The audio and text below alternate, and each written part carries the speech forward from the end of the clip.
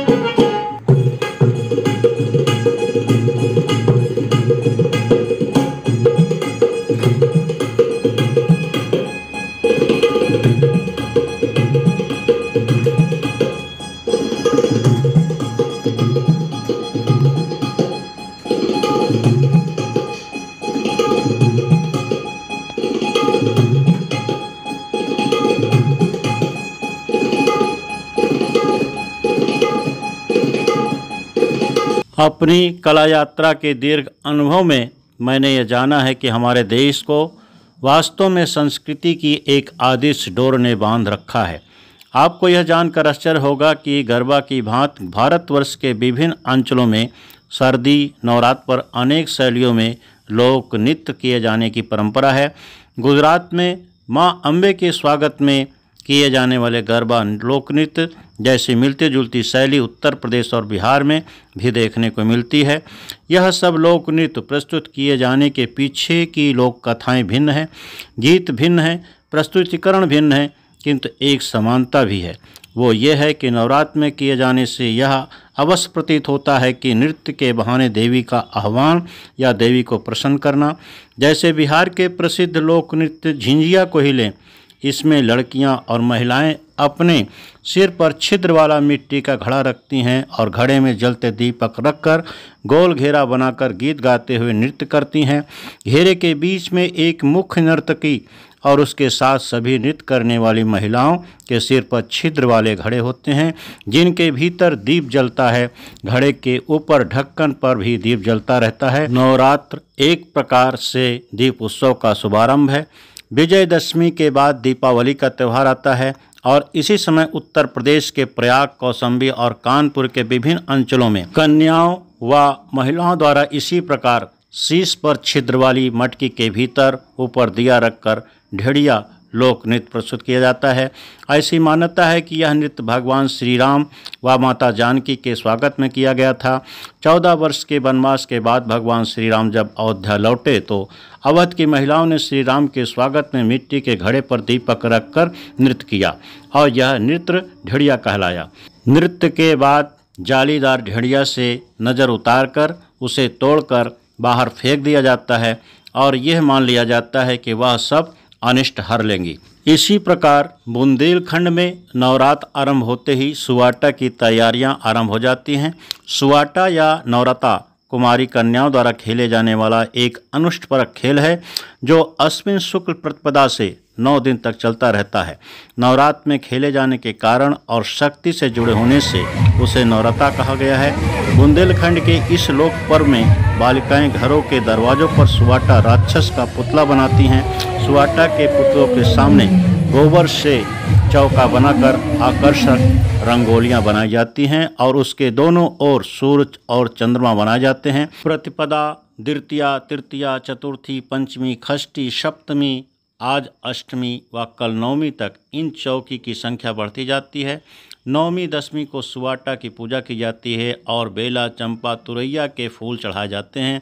इसके साथ ही देवी पार्वती से प्रार्थना की जाती है कि वे राक्षस का वध करें। इसी तरह बुंदेलखंड में नवरात्र पर मामूलिया खेलने की परंपरा है। यह पंचमी पर खेला जाता है। अष्टमी पर झिझिया खेला जाता है। इसमें मिट्टी के मटके में दीपक रखा जाता है। इसे भी बालिकाएं घर घर ले जाती हैं। नवरात्र पर दुर्गा पूजन के साथ ही घरों में, मंदिरों में मिट्टी के कलश में या खप्पर में जौ बोने की परंपरा सनातन से चली आ रही है। इनकी विधिवत पूजा अर्चना की जाती है। जैसे आगामी अच्छी फसल का पैदावार होने की प्रार्थना माँ अम्बे रानी से की जाती है, क्योंकि वस्त्र मकान के साथ मानव को अन्न भी बहुत आवश्यक वस्तु है, जिससे हमारा जीवन हमेशा हरा भरा खुशहाल रहे। प्रेम से बोलो माता रानी की जय, दुर्गे अम्बे महारानी की जय, पवन पुत्र हनुमान की जय।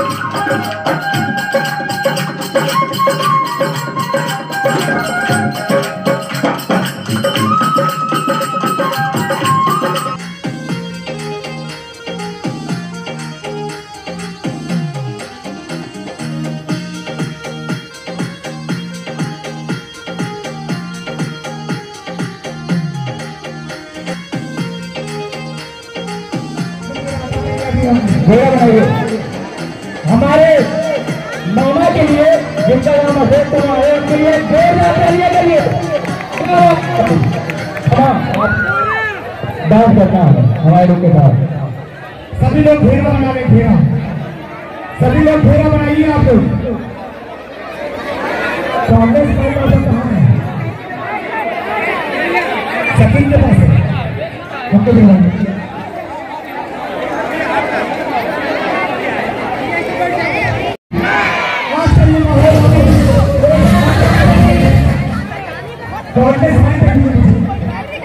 कांग्रेस लाइन पे दीजिए। हेलो